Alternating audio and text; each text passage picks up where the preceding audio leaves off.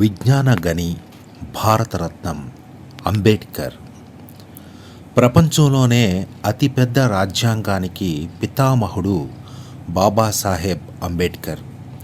అణగారిన వర్గాల హక్కుల కోసం ఎనలేని కృషి చేశారు. చిన్న వయసులోనే ఎన్నో అవమానాలను ఎదుర్కొన్నారు.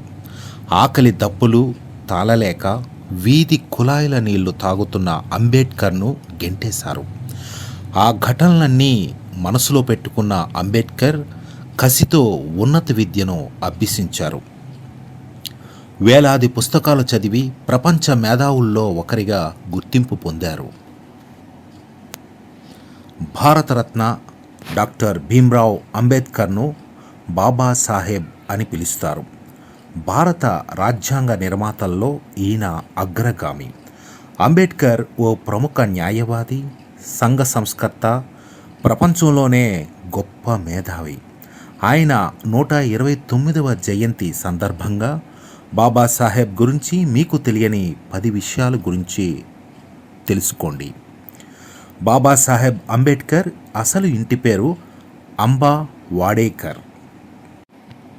మహారాష్ట్ర రత్నగిరిలోని ఆయన సొంతూరు అంబావాడే. అక్కడి నుంచే అంబావాడేకర్ అనేది వచ్చింది. అంబేద్కర్ను ఎంతో ఇష్టపడే టీచర్ మహాదేవ్ అంబేద్కర్ అంబావాడేకర్ అనే పేరును స్కూల్ రికార్డులో అంబేద్కర్గా మార్చారు. విదేశాల్లో ఎకనామిక్స్ డాక్టరేట్, పిహెచ్డి పూర్తి చేసిన మొట్టమొదటి భారతీయుడు అంబేద్కరే. అంతేకాదు దక్షిణాసియాలో ఎకనామిక్స్ డబుల్ డాక్టరేట్ పొందిన తొలి వ్యక్తి కూడా ఈయనే. తన తరం భారతీయుల్లో అందరికంటే ఎక్కువగా చదివింది అంబేద్కర్. భారతదేశ కేంద్ర బ్యాంకు అయిన Reserve Bank of India Ambedkar ఆలోచనలోనే పుట్టింది. Royal Commission on Indian currency finance Ambedkar సలహాలు సూచనలు ఇచ్చిన తరువాతే ఆర్బీఐ ఏర్పడింది. ఈ కమిషన్కు మరో పేరు హిల్టన్ యంగ్ కమిషన్. అంబేద్కర్ 1935-36లో రాసిన 20 పేజీల వెయిటింగ్ ఫర్ ఏ వీసా అనే ఆత్మకథ కొలంబియా యూనివర్సిటీలో పాఠ్యపుస్తకంగా ఉంది. ఆ విశ్వవిద్యాలయం 2004లో ప్రపంచంలోని టాప్ 100 విద్యావంతుల జాబితాను విడుదల చేసింది. అందులో బాబాసాహెబ్ పేరు ఫస్ట్ ప్లేస్లో ఉండడం విశేషం. భారత రాజ్యాంగంలో జమ్మూ కాశ్మీర్కు సంబంధించిన ఆర్టికల్ 370ని చేర్చడాన్ని బాబాసాహెబ్ తిరస్కరించారు.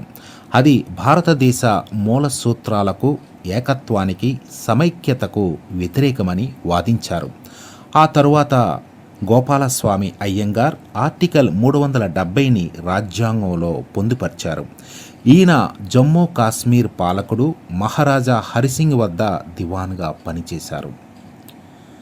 బాబాసాహెబ్ కృషి వల్లే భారతదేశ జెండాలో అశోక చక్రాన్ని చేర్చారు. జాతీయ జెండాను రూపొందించింది మాత్రం పింగళి వెంకయ్య. మధ్యప్రదేశ్, బీహార్ అభివృద్ధిని కాంక్షించి 1950లలో రాష్ట్రాల విభజనను ప్రతిపాదించారు. అప్పుడు ఆ సలహాను ఎవరూ పట్టించుకోలేదు. కానీ చివరకు 2000 సంవత్సరంలో అప్పటి ప్రధానమంత్రి వాజ్పేయి దాన్ని పాటించారు. బీహార్ నుంచి కొత్తగా జార్ఖండ్, మధ్యప్రదేశ్ నుంచి ఛత్తీస్గఢ్ను ఏర్పాటు చేశారు. బాబాసాహెబ్ గ్రంథాలయం రాజగృహలో 50,000కు పైగా పుస్తకాలు ఉన్నాయి. ఇది ప్రపంచంలోనే అతి పెద్ద ప్రైవేట్ లైబ్రరీగా గుర్తింపు పొందింది. ఈ మేధావి 64 సబ్జెక్టుల్లో ప్రావీణ్యులు. అంబేద్కర్కు హిందీ, పాలీ, సంస్కృతం, English, French, German, Marathi, Persian, Gujarati భాషలు వచ్చు. అంతేకాదు ఈ ప్రపంచంలోని అన్ని మతాల గురించి 21 ఏళ్లలోనే చదివేశారు. లండన్ స్కూల్ ఆఫ్ ఎకనామిక్స్ 8 ఏళ్ల చదువును బాబాసాహెబ్ కేవలం 2 సంవత్సరాల 3 నెలల్లోనే పూర్తి చేశారు. ఇందుకోసం ఆయన రోజుకు 21 గంటల పాటు చదివేవారు. చివరిగా భారతదేశ పురోగమనానికి కృషి చేసిన గొప్ప సంస్కరణవాదుల్లో అంబేద్కర్ ఒకరు. భారతదేశంలోని దళితులు, అణగారిన వర్గాలకు మహాపురుషుడు. భారతదేశంలోని అతి గొప్ప నాయకుల్లో ఒకరు అంబేద్కర్. ఎల్లప్పుడూ అంటరాని వారు, ఇతర దిగువ కులాల వారి సమానత్వం కోసం ఆయన పోరాడారు. అన్నింటికంటే ముఖ్యమైనది, ఈయన రిపబ్లిక్ ఆఫ్ ఇండియాకు మూల పురుషుడు.